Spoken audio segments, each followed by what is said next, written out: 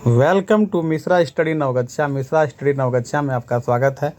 आज हम लोग घनानंद द्वारा रचित अति सुधो स्नेह को मार्ग हैं और मो आस्वन निहिन लय बरसो कविता की व्याख्या करेंगे। तो चलिए देखते हैं। सबसे पहले यहाँ पर कहा गया है अति सुधो स्नेह को मार्ग हैं का मतलब समझिए पहले क्या होता है। अति सुधो स्नेह का मार्ग है का मतलब होता है कि अत्यधिक, सुधो मना सरल, स्नेह मना प्यार भरा, मार्ग मना मार्ग, यानी कि प्रेम का रास्ता जो है अत्यंत ही सरल है। प्रस्तुत कविता का जो शीर्षक है अति सुधो स्नेह को मार्ग है, इसका मतलब हुआ कि प्रेम का रास्ता अत्यंत ही सीधा और सरल है। तो चलिए देखते हैं इसमें घनानंद क्या कहते हैं। तो यहाँ पर कह रहे हैं कि अति सुधो स्नेह को मार्ग हैं जहाँ ने कुसयान अप बाँक नहीं, यानी प्रेम का रास्ता जो है अत्यंत ही सीधा और सरल है। ठीक है, इसमें यहाँ पर किसी प्रकार का जो है बाँकपन यानी टेढ़ापन वगैरह सब नहीं चलता है। तो ये पहला जो आप देख रहे हैं यहाँ पर अति सुधो स्नेह को मार्ग हैं, यानी कि इसका मतलब हुआ प्रेम का रास्ता अत्यंत ही सीधा और सरल है जहाँ ने कुसयान अप बाँक नहीं, जहाँ किसी प्रकार का चतुराई, टेढ़ापन और सयानापन इत्यादि नहीं चलता है। आगे कहते हैं तहाँ मतलब जहाँ की सांचय चले तजी आप नपो झुझकै कपटी जे निशांक नहीं। मतलब इसका हुआ कि जहाँ पर जो है सीधा प्रेम का रास्ता कैसा है, सीधा और सरल है, यहाँ पर सिर्फ सत्य चलता है, यहाँ पर किसी प्रकार का चतुराई और झिझक, कपटी, छल इत्यादि नहीं चलता है। आगे कहते हैं घन आनंद प्यारे सुजान सुनो यहाँ एक तय दूसरो आँक नहीं, यानी कि घनानंद कहते हैं कि हे प्यारे सुजान सुनो यहाँ एक तय दूसरो आँक नहीं का मतलब हुआ कि इस दिल में तुम ही हो और दूसरा कोई नहीं आ सकता है। कारण यह है कि घनानंद जो है अपनी प्रेमिका सुजान से बेहद प्यार करती है, इसीलिए जो है उसके प्रेम में वह डूबा हुआ है।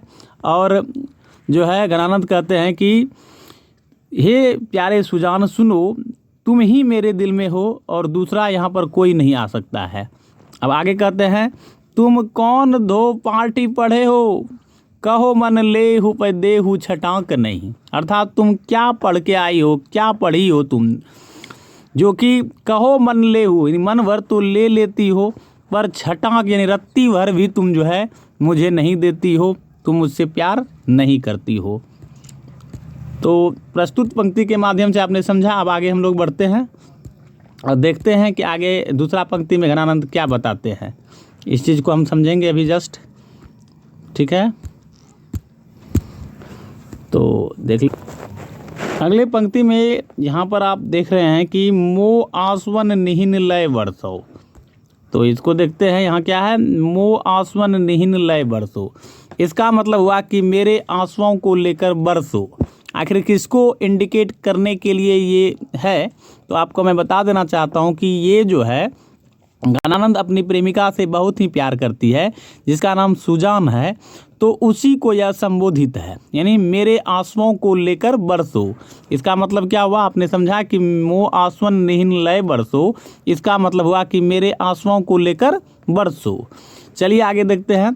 कहता है कि पर काज ही देह को धारी फिरो परजन्य जथारथ वै दर्शो, अर्थात पर काज मतलब दूसरे के कार्य के लिए ही देह को धारण करता है। कौन, तो बादल। और कहता है परजन्य जथारथ है दर्शो, यानी कि घनानंद जो है अपनी दुख और पीड़ा को संबोधित करते हुए बादल के माध्यम से सुजान को बताना चाहते हैं कि बादल को इंडिकेट करते हुए कहते हैं कि तुम जो हो दूसरे के कार्य के लिए ही अपना रूप धारण करते हो और तुमसे ही जो है दूसरा सुख की अनुभव प्राप्त करता है। कहता है निधि नीर सुधा की समान करो सब ही विधि सज्जनता सरसो, अर्थात तुम्हारे अंदर जो नीर की निधि है, सुधा जो अमृत तुल्य है, वह हर जगह समान रूप से बरसाते हो और हर जगह पूरे खेत खलिहान को हरा भरा कर देते हो।